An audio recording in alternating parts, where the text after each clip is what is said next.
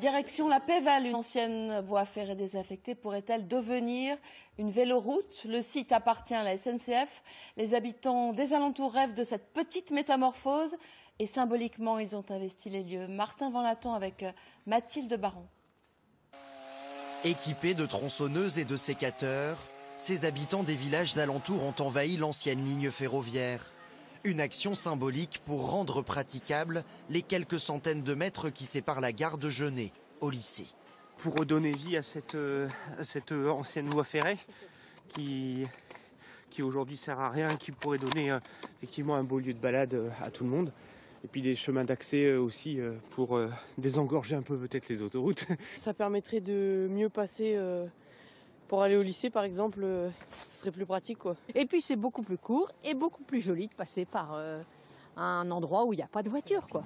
Jusqu'en 2015, le train reliait Orchy à Ascq par ses rails.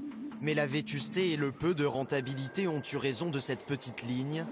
Un parcours de 17 km aujourd'hui à l'abandon. Incompréhensible, dénoncent les maires mobilisés. Ça fait déjà 8 ans maintenant que la ligne de chemin de fer est fermée. On l'a vu se fermer et on nous avait promis qu'elle rouvrirait très vite. Et en fait, au bout de 8 ans, il ne se passe pas grand-chose. Et on voit que la nature reprend vite ses droits. Donc on est tous là à se remonter les manches pour pouvoir faire en sorte de au moins que la ligne ne disparaisse pas complètement. Selon une étude commandée en 2019, les travaux s'élèveraient à 10 millions d'euros pour créer une véloroute, 10 fois plus pour une voie de bus. Rien n'a pourtant évolué depuis.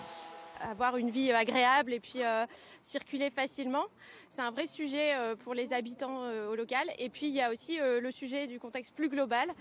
On sait qu'on a un réchauffement climatique qui est en cours et que le GIEC nous dit faites de la mobilité douce. Alors pourquoi pas faire de la mobilité douce ici? Aujourd'hui réunis en association, ces citoyens vont poursuivre leurs actions pour transformer définitivement cette ancienne ligne ferroviaire en voie verte. On vous a beaucoup parlé des